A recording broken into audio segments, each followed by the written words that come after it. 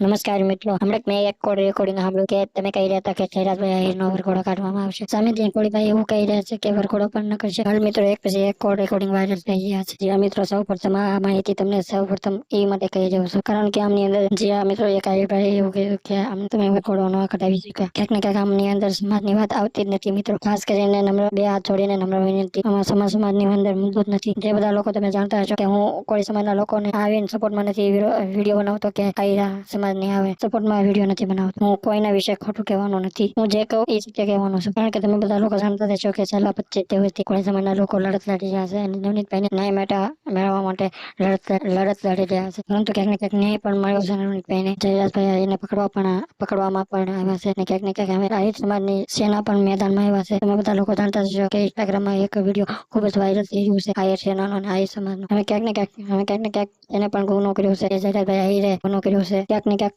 કાયદાનું કામ કરી રહ્યા છે. આમની અંદર એવું નથી ભાઈ, ગુનો ન કર્યો હોય છતાં જેલમાં નાખી દઈ જયરાજભાઈને. ક્યાંક ને ક્યાંક એમનો થોડોક હાથ હોય તો જ તે જેલમાં નાખી શકે. એસઆઈટી ટીમે પરંતુ નાખ્યા હોય. ક્યાંક ને ક્યાંક હવે એ જેલમાં ગયા છે તો પરંતુ આહિર સેના મેદાનમાં આવી છે. કોળી સમાજના લોકો એવું કહી રહ્યા છે કે હજી જેલમાં નાખી દીધા છે પણ હજી વરઘોડો કાઢવાનો બાકી છે. તો ખાસ કરીને જે કાયદાને લાગે છે એવું કરશે, અમને રિકન્સિડર કરવામાં આવશે, એ પણ કરાવશે. પરંતુ આમાં સમાજને કંઈ પણ ન આવવું જોઈએ. આજનો વિડીયો આટલો. અમારી ચેનલમાં ન હોય તો લાઈક અને સબસ્ક્રાઇબ શેર જરૂર કરી દેજો અને ફેસબુકમાં હોય તો ફોલો કરી નાખજો.